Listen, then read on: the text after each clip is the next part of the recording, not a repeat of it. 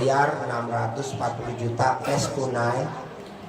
Nah, uangnya saya beliin mobil Isuzu Elf long warna putih, dapat 4 unit. Satu unitnya seharga 410 juta.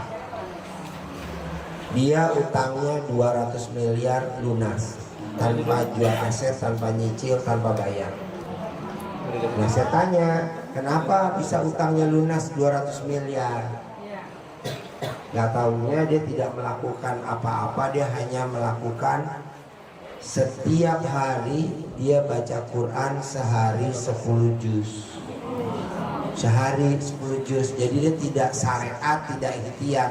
Istilahnya dia tidak berusaha mencari top up pinjaman, tidak mencari untuk take over.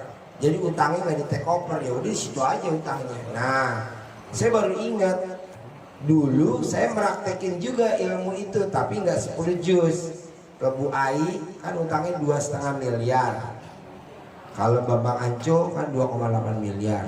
Nah, dulu saya paksain Bu Ai, saya suruh baca apa? Kamu apa terangin? Yasin 41 kali sehari, Ar-Rahman 41 kali sehari.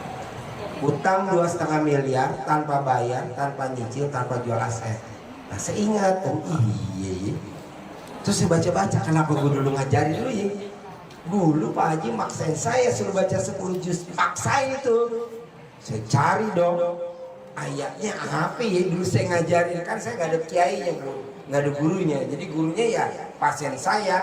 Jadi kalau bapak dan ibu hajatnya terkabul, itu kiai saya, guru saya. Apa yang dulu gue ngomong ya? Saya baca nih tadi nih. Oh ini ada ayatnya. Nah bapak dan ibu dengerin ya. Ini ayatnya nih. Ini bukan saya ngomong, bukan. Pak Gandhi kan juga 10 juz. Oh iya, 10 juz ya. Ini ya, dengerin. Ada seorang ulama berguru kepada seorang ulama. Selang beberapa saat, dia ingin melanjutkan belajar ke guru lain, dan sang gurunya berpesan, jangan tinggalkan membaca Al-Quran. Semakin banyak baca Al-Quran, urusanmu semakin mudah. Dan muridnya pun melakukan. Dia membaca Al-Quran 3 juz per hari. Sampai dengan 10 juz per hari. Dan urusannya pun semakin mudah. Allah yang mengurus semua urusannya. Waktu pun semakin berkah. Kemudian, apa yang dimaksud dengan berkahnya waktu? Bisa melakukan banyak hal dalam waktu sedikit, itulah berkah Al-Quran. Al-Quran membuat kita mudah mengefektifkan manajemen waktu. Bukan waktu yang mengatur kita, akan tetapi kita yang mengatur waktu.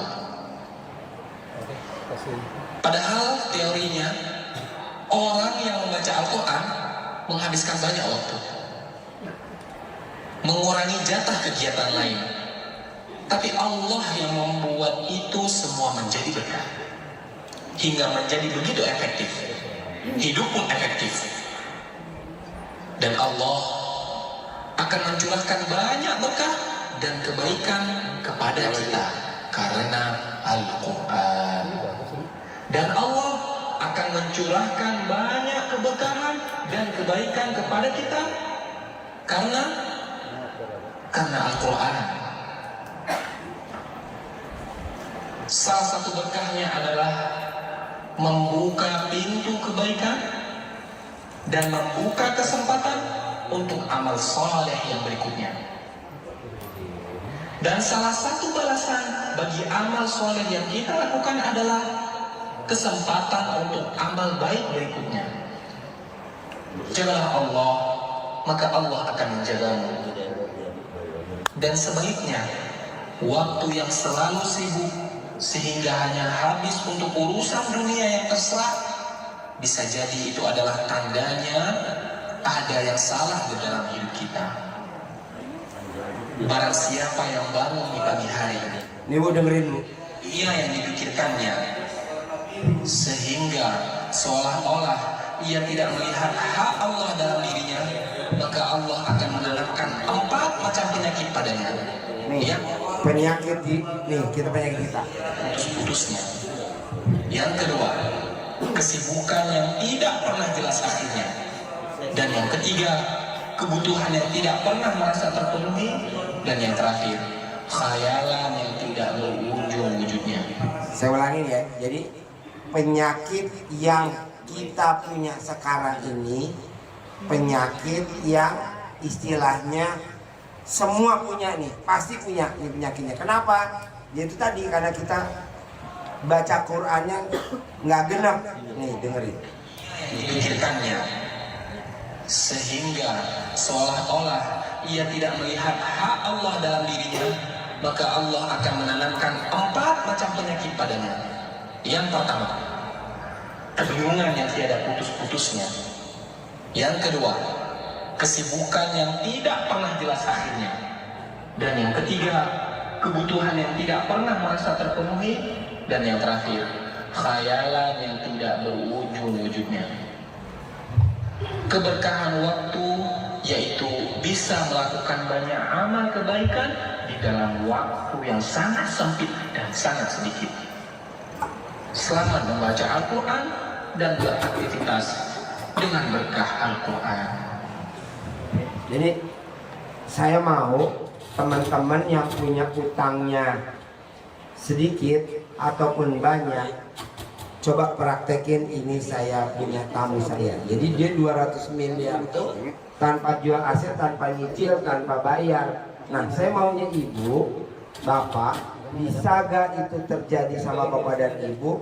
Praktekin baca Quran sehari 10 juz.